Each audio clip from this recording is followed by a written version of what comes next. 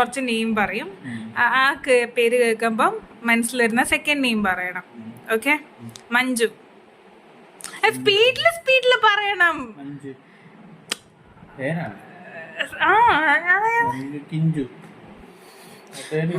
ഇത് ഇങ്ങനല്ല. ഓക്കെ, മേഘ്ന. അങ്ങനെ ആലോചിച്ചൂടാ. ടപ്പേന്ന് പറയണം.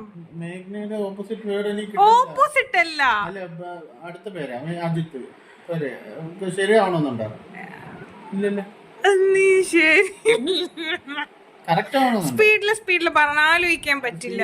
പേര് കിട്ടണ്ടോ? അങ്ങനെ പറയാം. അപ്പ ടപ്പേന്ന് പറയണം.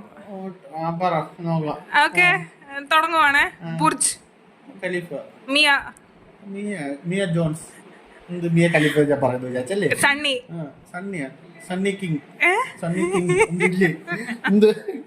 എന്ത് ഞാൻ സണ്ണിലിയോ പറയണം. ഇത് ഞാൻ കണ്ടായിരുന്നു, കൊറേ ഞാൻ കണ്ടതാണ് ക്വാളിറ്റി.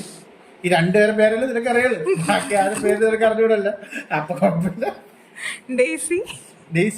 ഡെയ്സി ജോൺ അല്ലിപ്പോ ഡെയ്സി ജോസഫ് പോരെ? എന്ത് പോരെ? അത് പേരല്ലേ? വേറെ പേര് പറയണോ? Johnny yes yes papa. Johnny yes പപ്പ.